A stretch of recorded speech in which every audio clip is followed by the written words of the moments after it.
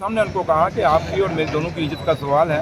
अब इन्होंने जो टारगेट दिया है, मेरे इंजीनियर्स ने 45 दिन का दिया, लेकिन मैंने ठेकेदार साहब खुद कह रहे हैं कि मैं इसको जल्दी दूंगा और मैं उम्मीद करता हूं कि 20 दिन 15-20 दिन के अंदर अंदर ये कंप्लीट करेंगे, क्योंकि अब दरबार मूव हो गया है। परसों मंडे को यहाँ पे दोबारा अब खुलेंगे और काफ़ी सारा रश बढ़ जाएगा, एक बोझ बढ़ जाएगा, और इसलिए मेरी कोशिश ये रही कि जल्दी से, और मेरा अभी मैं सीधा कश्मीर से भी लैंड किया और सीधा मैं यहाँ आया, और आप समझ सकते हैं कि हमारे लिए कितना इम्पॉर्टेंट है, और मेरे लिए और मेरे डिपार्टमेंट के लिए बहुत इंपॉर्टेंट है, क्योंकि पीडब्ल्यूडी की हमेशा एक रेपुटेशन रही है और उस रेपुटेशन को मैं बर्बाद नहीं होने दूंगा। जो विरासत मुझे मिली है, एक मजबूत पीडब्ल्यूडी की मिली है, और वो पीडब्ल्यूडी जिस पीडब्ल्यूडी ने हमेशा अपना नाम कमाया, और मेरे इंजीनियर से मैं यही कहूँगा कि ये मेरे डिपार्टमेंट पीडब्ल्यूडी आरएनबी की इज्जत का सवाल है, और इसलिए आप इसको जल्दी कंप्लीट करेंगे।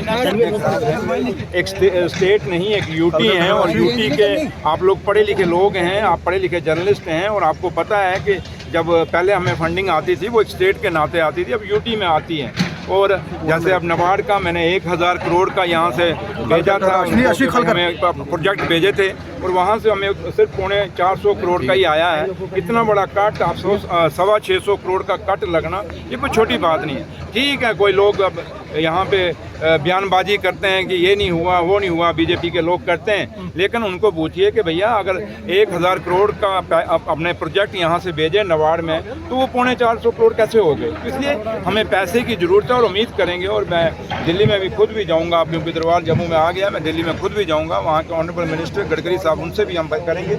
और बिना पैसे तो कुछ होगा नहीं, क्योंकि जब हमने ये सरकार संभाली उस समय ही काफ़ी ठेकेदारों की लाइबिलिटीज़ हैं, आप लोगों को भी ठेकेदार कहीं और प्रेस कॉन्फ्रेंस करते रहते हैं, आपको भी बताते रहते हैं। इसलिए मैं आप कहूँ कि ठेकेदारों की हम लाइबिलिटी भी नहीं क्लियर करेंगे और उनसे काम ही लेंगे। दोनों चीज़ें हैं, उनको पैसा मिलता रहे।